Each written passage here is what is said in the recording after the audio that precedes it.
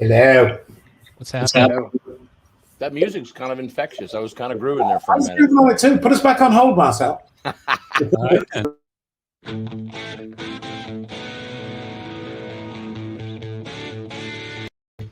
So that's my buddy from Canada named Gatto. They were big in the 70s, early 80s. Fuck, man. So was I. Right?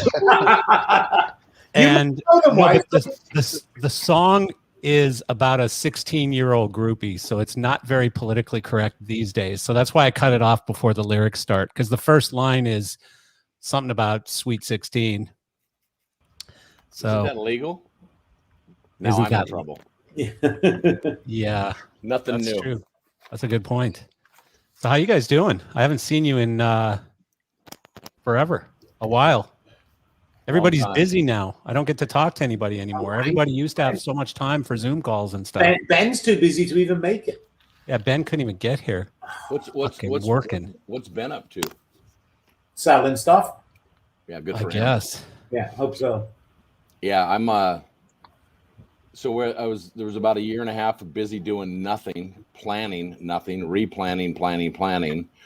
And now it's a fucking weird time because boys ever. Well, there's no proper tours. There's like 5 festivals, and then there's a bunch of one-offs in between the festivals, and the gear you got for the one-offs, they only take part of it to the festival and part of it goes over here. And I have to tell you, I was talking to a client the other day and he said, okay, here's the new plan. And I said, don't tell me. And he goes, why? And I said, because it's going to change in 2 days. And if I take this to Valdocs to redo again, he's going to fucking kill me. Right. So let's just wait. I talked to Huddleston the other day and he said all they're doing is floor packages. He's like, he's not sure who's doing the rest of it, but it's just no floor package. We just need a floor package. Yeah. Well, that's the festivals. I mean, I've got, and it's not just like one artist. And I was actually talking to Curry Grant this morning, our buddy Curry. Oh, I love that guy. And he said the same thing for him. Same thing for. I mean, look, these are the problems we dreamed about, right? But the big thing for us right now is trying to explain the stress to everybody, right? So there's that weirdness, right? And I said, look, starting in January on, I've got about 300% of the normal business activity on the books. January is usually dead, but it's just like right out of the gate. But right now, this was in July. In July, I've got 20% of the staff working on 20% of the income, with 300% of the work over here. And I mean, look, it's great. It's tough to manage. It is tough to manage. Well, it's a logistical nightmare. Well, it's that trough that we were hoping for that we're now in, and trying to get out of it and try to do high quality, really good work. It's like trying to change. It's like trying to change the tire on a moving car right now. It's 100%. Yeah. John, what would you say your biggest challenge is with these shows you've got out and stuff? What's your biggest challenge? Is it COVID? Is it personnel? Is it gear? What is it? Well, COVID's the underlying tension. Yeah. There's that, when's that hammer going to drop, right? Because, and I was talking to a couple of managers of some pretty big bands, and they said, hey, when the Foos did Madison Square Garden, you guys were the canary in the coal mine for everybody. You came out of it. It was great. We all started planning after that. And then, you have to cancel the forum with the Foos again, because it was high highs, low lows. Yeah. So now we're in that kind of, in that no man's land of what's going to happen here. So that's the underlying, thing, right? Yeah.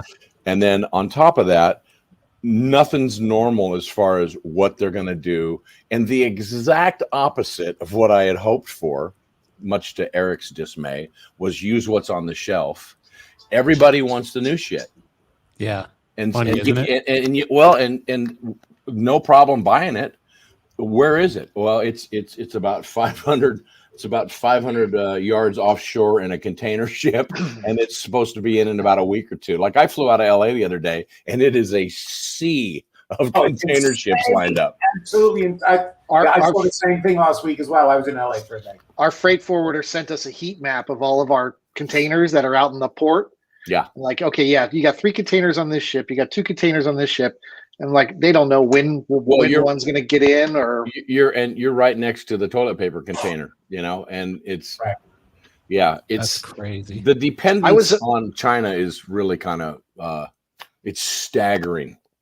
Well, we have containers coming from Europe that are out there too, that are just in line like the rest. So yeah, they have. I was at production rehearsals yesterday for Maroon 5. Yeah, I was there yesterday, and they the crew is in such a great mood. That's the cool thing about all this, is everybody's so excited to be out there working and getting on tour. It's just the damn headlines. I was at the pond. I was at the pond yesterday. I must have just missed you. Yeah, we dropped off some stuff and hanging out with Winky. God, it's a million years since I've seen Winky. Jesus, he looks the same. Yeah. So I heard today that Garth Brooks just canceled Seattle and is likely going to cancel the rest of the shows. Yeah. Now he canceled the stadium show in Nashville because of lightning. Oh yeah. Well, no, but he just canceled Seattle. That was definitely weather related. Yeah. He just canceled Seattle because of politics, and wow, and may cancel the rest of the tour. Well, this is the thing that's going to happen now. So, John Wiseman, you would know better than I do, but I've heard Guns N' Roses is talking about stopping. No, I mean, I've heard the Stones aren't coming in September. Those guys are all at risk.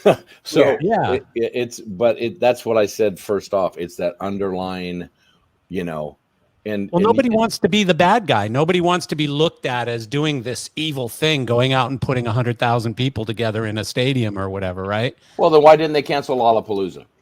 Because economics. And by the way, they did everything right. 90% of that crowd was vaccinated, and to get, like, when I got there, before I did anything else, I had to go show my vaccination card. I had to talk about it. Then I got the vaccination wristband. If you weren't vaccinated, you had to walk in there with a current test. So, I mean, look, the cheaters are going to cheat and get around that. There's going to be fake cards. There's going to be all that bullshit like usual. But at the end of the day, they did it all right. I mean, I have to tell you, I was standing on stage. They had a little VIP raised section, stage left, and looking out at that audience, and there was over 100,000 people, and it was the same for Post Malone the night before, and Journey was pretty packed too. Look, if you don't want to get sick, you shouldn't be there. Right. Violent agreement. Yeah. The challenge is, certainly in the stuff we do, a lot of the corporate shows, is this lack of indemnification. I know I've been banging on this drum for 18 months now. Lawyers. But the fact that all of the... That's it. That's all. Yeah, that was fantastic. But the fact that all of the... You grab that there, John? Yeah, that looks good, huh? That looks familiar. Yeah, pretty good. Pretty good. Just grab that like that. All the risk is being held by the companies is wrong. That we're expecting Live Nation and AEG and in our industry, all the corporations to take all the risk. It's not right. There should be government indemnification here. They just should. Yeah, and well, it even goes further to that, John, because I'm involved in a planning kind of above the line we're usually in as a vendor with Ricky Martin and Enrique Iglesias. And one of the things that came up yesterday, I got a call from Ricky's manager, and she said to me, "Look, because you've been out there with the Foo Fighters and with Journey, what are those? Tell me about because I'm pushing to have a COVID officer, right? Because you just have to have it, right? It's just you gotta keep that bubble tight. Smart. Yeah, it's the smart thing to do. Well, and she said, okay, so a crew member tests positive. What do we have to pay to put them in quarantine? I said, well, you can't fly them home because you can't put them on a plane knowing that, right? Yeah, So you don't want to put them back on the bus. Yeah, well, you can't, and then you can't. You gotta fly someone in to replace them. And this happened on a tour the other day. The truck drivers came in, and 2 of them tested positive. Boom, they were just fucking out of the building. And yeah, but John, I've heard this other thing, which not everybody's behaving perfectly. I've heard there's a couple of band members and a couple of bands that are touring right now with COVID. And just keeping it on the down low and being a little bit careful, trying not to be around a lot of other people and stuff. And well, look, I was talking to a guy yesterday, and there's all kinds of different opinions on this, right? And the guy yesterday says to me, he goes, shit, we how long we've been touring with a bad flu and bad cold and everything else, and we just, you get your vitamin 12 shots, and I said, yeah, but this is a little bit different. And he said, yeah, but still, right? And then a different band, one of the guys tested positive, and he was vaccinated, and I was told like his levels are super high, but he's completely asymptomatic. He feels great. There's absolutely no problems. He just got caught in the net of testing, right? He said, so before we canceled everything, we tested him the next day. And the very next day, it was gone. And he said, that's the vaccination at work. He said the vaccination kicked his immune system into high gear, and it fucking attacked it. And he said the science was stunning how it worked. Did we lose Marcel? We lost our host. Oh, shit. All right, it's a coup. We're taking the place over, Wiseman.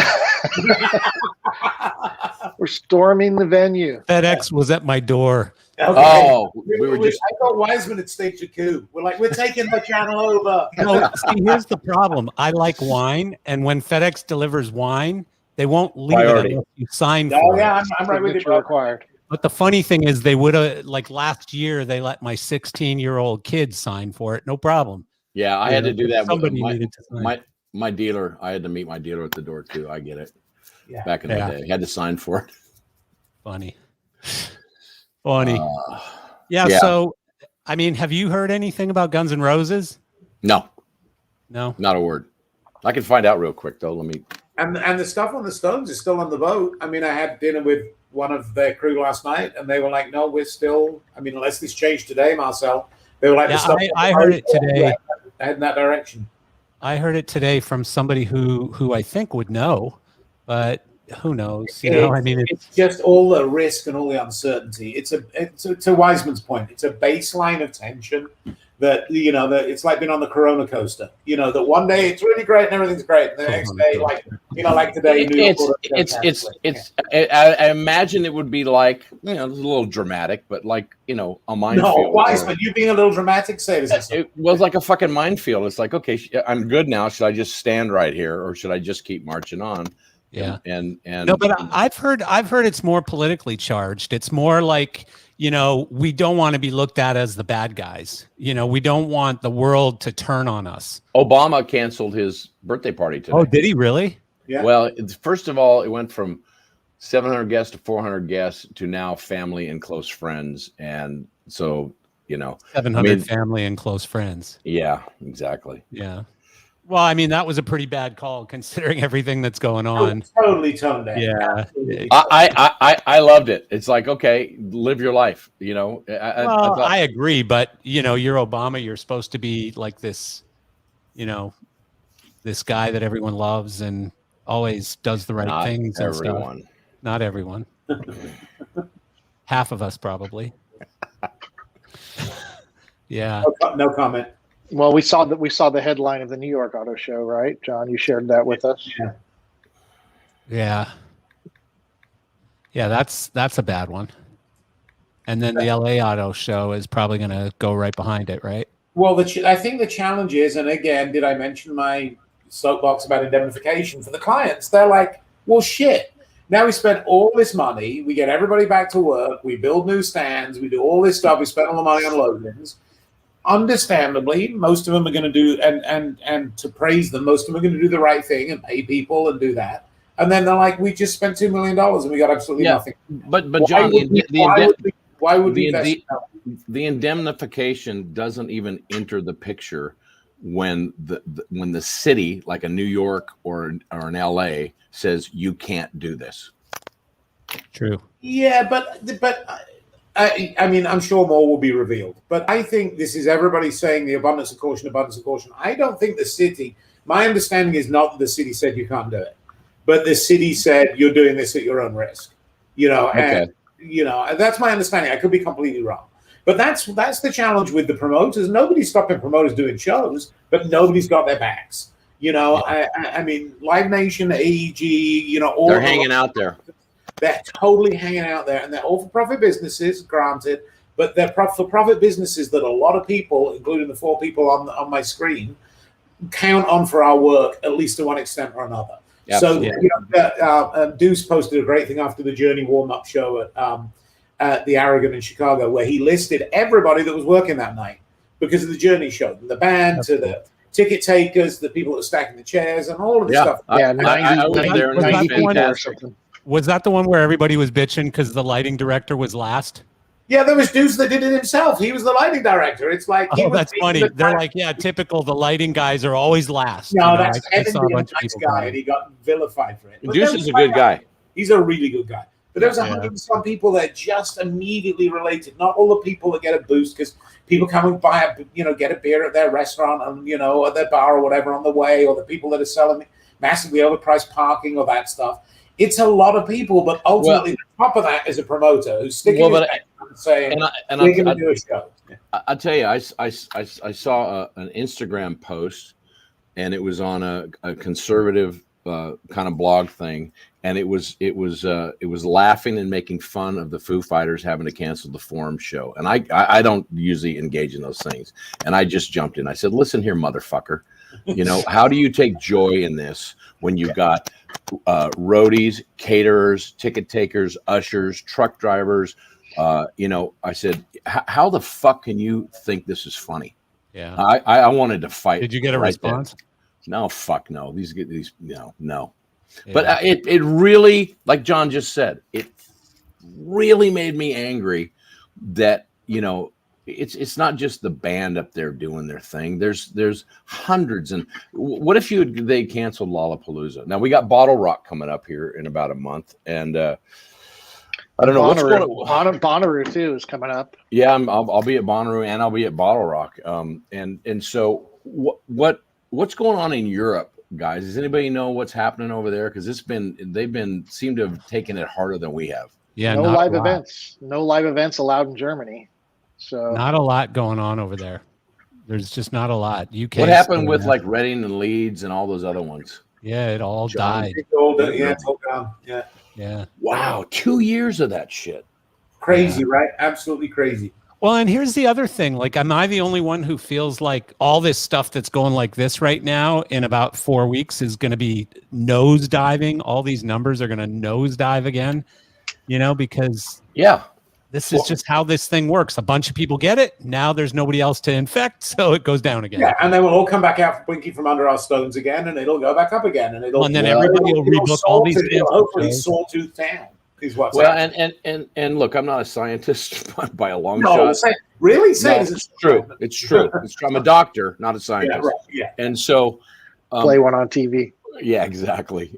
I did stay at a Holiday Inn last night, so there we go. So it actually I didn't. So at the end of the day, it's the Delta variant now. Okay, this is what I hear. So there's COVID, and then they got the vaccine. Then the Delta comes up. Well, the thing that they're not talking about with the Delta that makes me fucking crazy is it's not killing people. Okay, it's not. There's not like a stream of bodies left behind this because it's easily passed, but it's not news, John. Yeah, so my point is when you put it under the microscope of the news channel and the news cycle, they blow it up. What if 10 years ago they had done this to cancer, the kind of media coverage and the kind of shutdowns? If they'd done it to cancer or to the flu or to AIDS and SARS wasn't this bad, okay, and that shit was worse. It killed way more fucking people, and now now you shut down the entire world. That's what I just don't understand or I'm not getting, Yeah. because after the Delta's gone, there's going to be another one. It's the COVID thing. This is my concern, is what kind of weird cycle, because everybody I talk to who's way smarter than me tells me that we now have an annual COVID season, just like the flu season. Well, hold on, but the flu is COVID, so is a cold.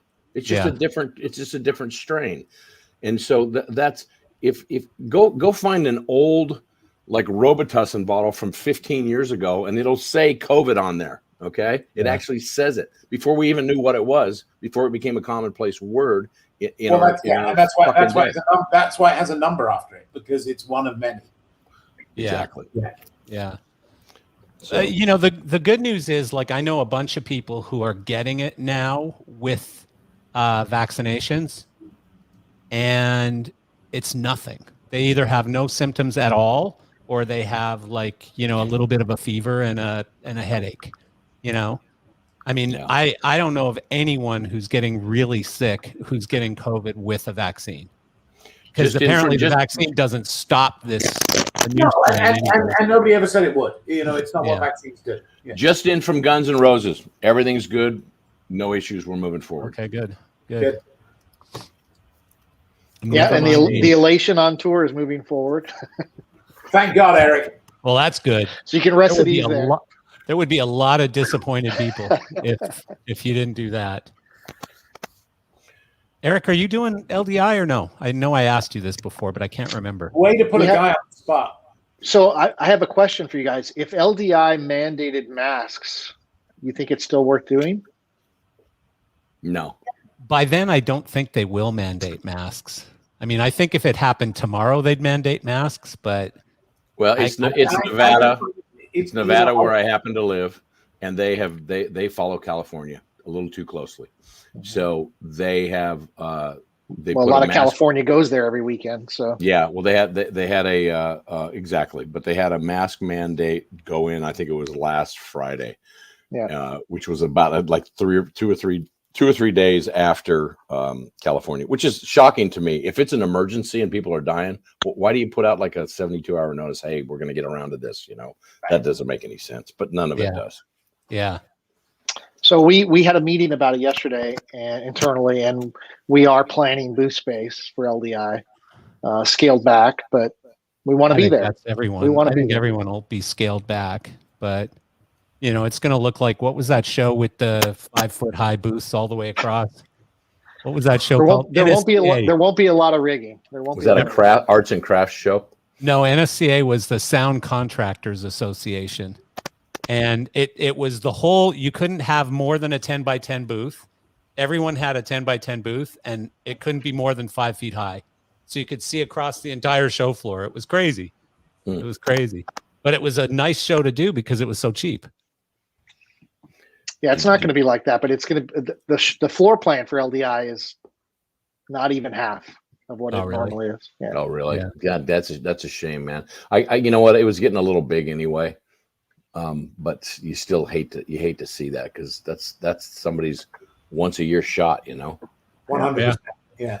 And we're worried about attendance. Who's gonna go? And if we're busy again in November, then who's gonna go? Well, if you're busy, they'll go. The people will be out and about because they're gonna be looking at new stuff. Like I told you, I'm getting requests for all kinds of new things that we have to buy. We can't buy because we can't find it. I was talking with a band about a month ago, and they were saying, well, we need to have it on this particular time period. And I said, Ford and General Motors, they don't give a fuck. They really don't give a fuck about you. Chips. Yeah. Can't get them. Yeah. No, it's totally true. So what do you think about the time of year for LDI, Eric? How does it fit philosophically for you? I don't mean just this year, I mean in general. In general, January NAMM was a better time, but like Wiseman's saying, though, I think next year, forget the normal calendar. It's just going to be busy. Right. When is it? November still? It's November. It's right before Thanksgiving. Weekend before Thanksgiving. I would always go to that and take off to Hawaii right from there for Thanksgiving. Yeah. Well, that's a good time of year. It's a good time of year for Vegas. I'm glad they settled in one town. Yeah, They no were kidding. bouncing around all the time. Well, Yeah, but we're that was also a looking good at Infocom, which is in Orlando in October, the weekend before Halloween, or the week before Halloween, and we're also looking at NAMM. So Eric, you're which is sold in out. January. Who are you selling all this product to, or you just not have that much product? Everybody but you. Touche. No, it's a lot of people sold their used gear during the pandemic, John. And now then they got busy and they said, "Oh, shit, we got no gear." Some went to buy the used gear back from Marcel, and some came to us and said, "What do you have on the shelf?" Basically, it's a bit of a funny little coup I've got going on, Attaboy. I sold all their Well done, used gear Marcel. last year. Now I'm selling it back to them. It's like who was it? Gary V said that when he was a kid and he was selling like baseball cards and stuff, he started doing this thing where he was like trying to cut lawns on his street and stuff. He was 10 years old or something. And one of the neighbors was this old lady, and she had these beautiful rose bushes in her backyard. And she would pay him to cut the rose bushes, and then he would walk up and down the street and sell all the roses from these rose bushes, including to her. Genius. Including to her. Genius. Including to her, yeah. Including to her, yeah. So I mean, Have you hired this guy yet? He sounds like my kind of guy. No, Gary Vaynerchuk. He's like a big marketing guy. But Gary V. But yeah, I mean, the outdoor shows too. I mean, that's Featherstone's been using a lot of our outdoor stuff for a long time, and everybody's investing in IP rated moving heads now because they don't know if the show's going to be outdoor or indoor or whatever. So just buy the outdoor stuff, and you're covered. Well, I have to tell you, we were talking about this today. I would not buy anything that's not outdoor rated because you can use it inside, but you can't use the other stuff outside. I mean, I had a show with John Mayer. Cost me John Mayer tour the next year. We had that old Martin that it looked like Gillette kind of stuff. The glass tubes. Yeah. And we had done it. We had done an indoor tour, and the very last they added one more show, and it was outside on the East Coast. And I got an email from Chris Adamson, and he said we're going to do this show, and I said you can't use that stuff outdoors. And he said, oh look, come here, say hello. Look who just walked into my office. Curry fucking Grant. Oh, there he is. Featherstone. Legend. Yeah, legend. Flintstone. What's special guests? He says special guest appearance. Special guest appearance. Nicest guy in rock and roll. Now fuck off. I'm on the call. Are you leaving? No. I'll see you in a second. And so I said, no, you can't use that. It's outdoors. And he said, no, the weather's fine. It's going to be fine. And I said, if something happens and a squall comes in, rains, $985,000. And I said, pay me. And they said, well, no, you must have insurance. I said, I have an email that I told you not to use it. And so that's my insurance. Yeah. So they actually paid it. It was a bummer. It's just like, it was a beautiful day and like in 1 second. So my point is, I always just kind of thought of that before, but now it's like, there's a product that I talked to Scott Hansen this morning, who's our head asset guy. And he said, yeah, I want to buy a bunch of those. He goes, but I think they're going to come out with an IP65 unit. And I just want to wait for that because that's what you wait for. Without bursting Eric's bubble, there is a downside to the IP fixtures. They are more expensive. They are heavier. They're usually not as bright as the non-IP one because they dial back the output a little bit, and they're a pain in the ass to get into. Yeah, but we're not going to fake news. Okay, so nobody on this call is going to carry them, open them, fix them, pay for them, or pay for them. So that's like when Peter Morse said to me way back. He was a Morpheus guy, and I was the very guy. I was trying to get him to use it. He says, "Carry him, fix them." He says, Peter Morse says to me, "Well, that light weighs 20 pounds more than this other light." And I said, "And why the fuck do you care? You're never going to pick it up." And he just looked at me. And then he probably went, "You're right. Get me 100." Yeah, you're right. Okay. Yeah. That's funny. So John Featherstone, what are you working on these days? I know you and I had a kind of a project thing going with Jerry that's kind of lost traction, mostly because of us and being overwhelmed. But I still think that's a good idea. What else are you doing? It's the season where it's August. We must be listening to Christmas music. So we're starting to work on all of our holiday shows. They're coming up. We got a bunch of corporate stuff starting to come back up in the fall. So we're fingers crossed that doesn't get delted out. And just working on, we have long lead time for the corporate stuff. So we're working on design for shows May, June of next year. And dear God, may that work be sacred and protected by the holy gods of production. But I think a lot of the garden type projects, I think there's going to be a ton of them this autumn and into the winter. I really do. I think people are going to be going, if I'm going to spend a bunch of money promoting something and investing in it, I'm just going to do it outside. I just am. I know that I'm going to be able to do it. I can't imagine there's any way that municipalities are going to shut down outdoor stuff. I mean, something as dense as, Bottle Rock or Lala or Summerfest, I could see that. But these walkthrough experiences, I think it's going to be a big year for them. Well, there's a certain point they need the tax revenue, and that's when it's going to swing. Mm-hmm. The decision-making process. That's why the notion of Lala not happening was inconceivable, because there was no way. So much money for the city. Well, and you see what's happening in France and stuff. I mean, if that ever starts happening in this country, where people just finally say enough, and they go out in the streets, and well, I guess that did happen last year, but I mean, for this reason, for shutdowns and stuff, I mean, it's going to be, when it becomes a political nightmare, then I think it's over, right? Yeah. I don't know.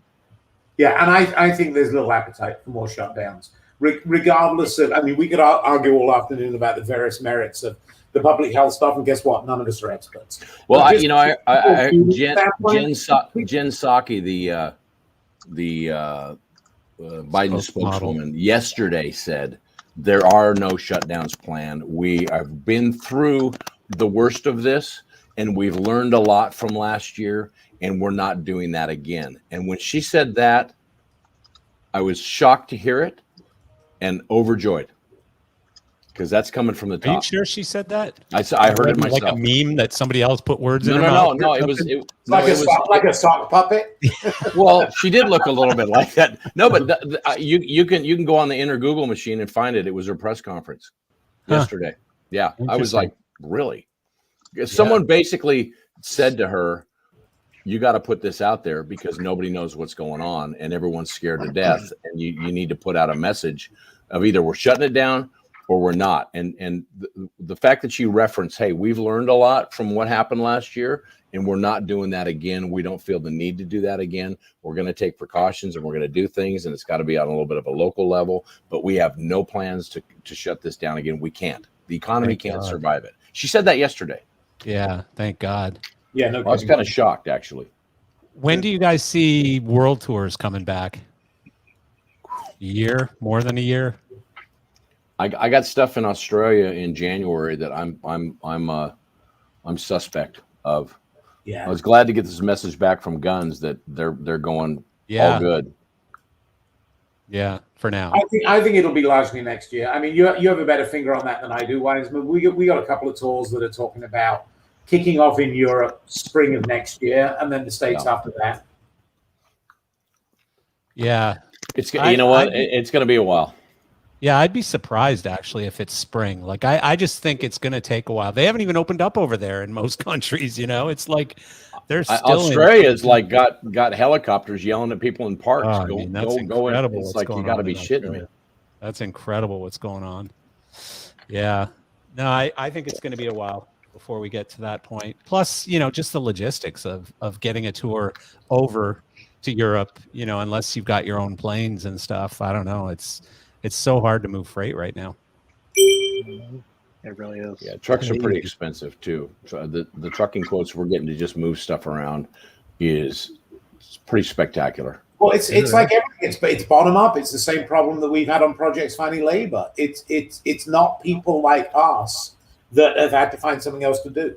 It's people like truck drivers and stagehands and loaders and ticket takers and all of those people who haven't had any choice. They've been like, we have to go do something else. I mean, I consider myself really fortunate. You know, we kind of weathered the storm, but we're going to see the impact of this bottom up, not top down. You're still going to be able to find multi-millionaire rock stars to go out and do shows. Whether there's anybody there to set the chairs and take the tickets and settle concessions, that's going to be the question. That's what's going to be tricky. That's a reality. Yeah. So are we training new people now, or people are just, we're finding a way to get them back, or both? I mean, in our case, both.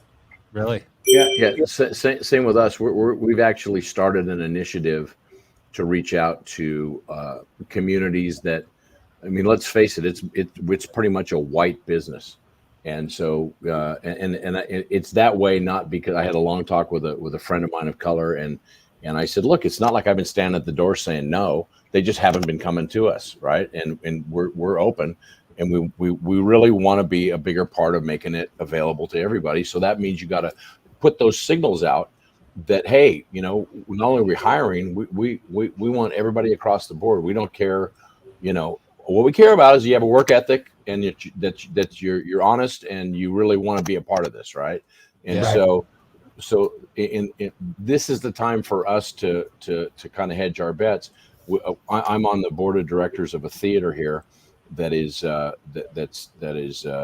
black owned and black run, and they have some really good people coming through there, and we're trying to get some of those people out of there to maybe to put them in our shops and train the same way that most people came up. What people don't understand is that we all came up from loading and unloading the trucks, or I mean, I did that. I used to unload the trucks at college, and I drove the band truck when I was in my 19, 20 years old. It's not because I was white. It's because I thought, well, maybe I can make my way here because I fucking can't do anything else. So, but we want to make sure to kick those doors open and have those opportunities. So in addition to reaching back for the people that we've lost, and I don't know, John, Eric, and Marcel, but the one thing I find is that we pay pretty well. It's not it's not a shitty job. But Wiseman, what we find is it's not aspirational yet. It is, we're trying to hire into diversity too, but we go back to college graduates. It's the same situation. And a lot of universities we talk to said, look, we're largely 50-50 white male versus women or POCs at intake. By the time you get to graduation, it's 80%. Something's going wrong in that process. And I think we can demonstrate a better job of it being aspirational, of people being treated with respect. So we're even starting to go back to high school level because people of color, they don't even know this is a thing. They're like, you know what? I don't want college graduates. This is not right. This. I'm right with you. That's why we're doing the high school thing, Wiseman. We have for the people that we really need. Look, I got kicked out of high school repeatedly until they told me to just not ever come back. Right, and then I enrolled in college somehow, and I didn't finish college. But I found something that I loved and had a passion for, which was music. And then I just outworked the next guy, right? And so that's the people we're looking for. And I don't give a fuck what color you are or who you're sleeping with. I don't give a shit. Never have. Don't care. But but they may not know that our doors are wide open, and they are. That's what I'm saying, Wiseman. It's got to go back to high school level so people understand these jobs are out there and it's aspirational. Well, it's amazing to me how many companies are doing like job fairs and real custom. Like I think it was Greg Brunklick from Clearwing who was telling me that they do this job fair thing and then they will train people and all this stuff, right? Well, the bottom line is we have to reach out more because as an industry, before they would just come to us. People want to be in the industry. They want to, friends of friends. But the generation today, this isn't seen as an industry of opportunity. They all want to go into computer sciences. They want to go work at Google. They want to go. They want to make. They want to 50, start at 60, the top, 100 grand a year. Yeah, they want to start to make 100 grand a year as a computer science person, and they're getting it. I mean, we're having a hard time finding software developers in Europe because they can go make six figures easily in another industry. Yeah. Yeah, Yeah, I think that's that's the nature of the computers. I mean, like we're reaching out to theater programs, and we're reaching out to local theaters where, if you got a kid there working in the local playhouse that has a passion for the arts, let's roll you in and teach you how to do television. But the fact, I think the real problem that we've had, and this is why we're partnering up with a couple of these diverse businesses, is that, and I got in a big debate with an African American friend of mine, and he said to me, "You don't understand. When someone walks up to you, you're a white powerful man." And I said, "Oh, that's fucking bullshit." And he said, "No." And I said, I don't push anybody away. He said, "No, you have to understand how that person's been programmed their whole life." And so I started to take a little bit of a different view at it, because I was more about, no, just you know what, quit your bitching and fucking. Well, because you don't see race, but other people do, right? Well, I don't. I really Yeah. don't. And he had to explain that to me. We were walking through the Four Seasons Hotel in Las Vegas, and the head of security, who I happen to know is a black guy too. And I said, "Hey, come here. Who the fuck's right here?" And he goes, "He is. You don't understand." And then they both explained it to me. And because I had an open mind, and because I want everyone to have an opportunity, and I have an ulterior motive. I want my business to do well. I want to have good people in there, right? Yeah. So you just got to. It has to be a super effort to go, "Hey, we're wide open. Come on in." Yeah. Yeah. And help us, and come on in and help us be better. If you see a problem, come and help us fix it, because we're prepared to listen, and we won't always get it right. And we'll fuck it up, and we'll say dumb stuff, and we'll act from a place of privilege because we don't understand. But help us learn what we're doing wrong, and we promise we'll try and do it better. We will fail sometimes, but we promise we'll try. So one of the cool things at Verylight was we manufactured everything ourselves in Dallas. So we had it wasn't just a production company; it was a manufacturing company too. So we could put people in different positions. We had a wood shop where we built our own road cases. We had a paint shop where we painted them. We had an electronic shop. We had an R&D. We had a manufacturing line. All those things. A lot of that thing. I don't know how Eric does it, but I don't imagine. Your stuff's being made overseas, I would guess, because of the economics of it. But a lot of that stuff's gone, which is a shame. It's just a shame, because there's we have a lot of different departments here. We have QC, we have R&D, we have service, we have sales, we have ad. I mean, we have a trade show team, so there's opportunity. That's a lot of opportunity to move around. That's a lot of white collar jobs. Yeah, it's pretty diverse. Bad. It's pretty diverse. Yeah, I don't mean white. I don't mean white and white. I mean it's management. I don't mean white and white. I mean those are more like in QC. You might have someone on the floor checking stuff, but I mean most of those are phone calls or sales calls, or like it's not gritty, is what. And maybe I'm wrong. I don't know. Well, we have some assembly here too, but it's certainly cross training, or we'll get people that want to be lighting designers that want to come work for us, right? I mean, we don't have a lot of lighting design opportunity here other than trade shows or in our demo room.